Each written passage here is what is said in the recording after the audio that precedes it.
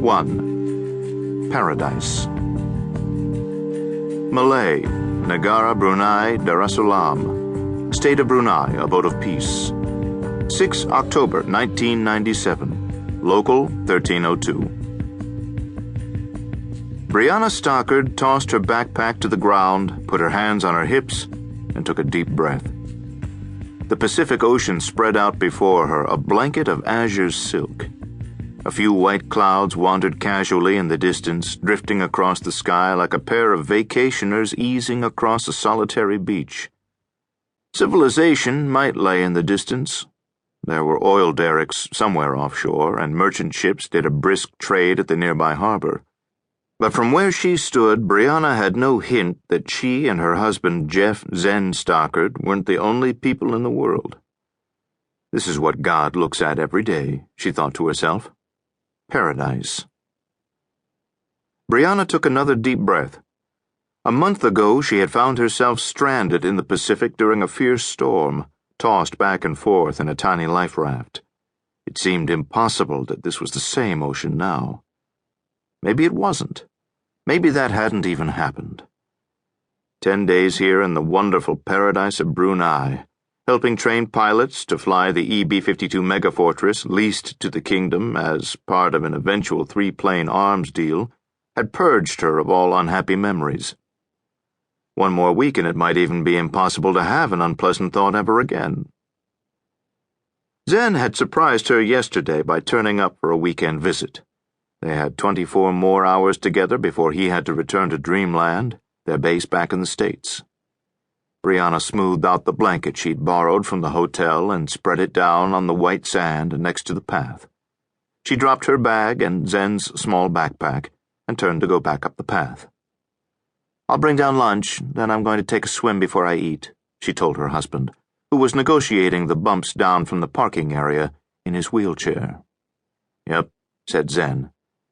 "You don't sound very enthusiastic," she said. "Yep." "Jet lag getting to you?" "I'm fine." She leaned over and gave him a kiss on the cheek, then trotted up the hill for the rest of their things. Before the accident that had cost him the use of his legs, Zen had considered going to the beach a useless waste of time and a dreadful bore. In his list of things to do, it ranked right above lying spread eagle on Interstate 15 at rush hour. Now it ranked somewhat lower. He had tried talking Breanna out of the idea back at the hotel when Prince bin Og had called to say he and his family couldn't join them on the planned picnic. His Royal Highness, Pain bin Og, was nephew of the Sultan, a royal prince and government minister. He owned the beach and had insisted they use it. Zen liked bin Og, the country's unofficial patron of the Air Force. He had an enviable collection of Cold War aircraft and could talk about them entertainingly for hours and hours. Like many Bruneians, he was also generous to a fault. But his baby daughter was sick, and he had been called away on government business. Zen loved Breanna and wanted to spend as much time as he could with her.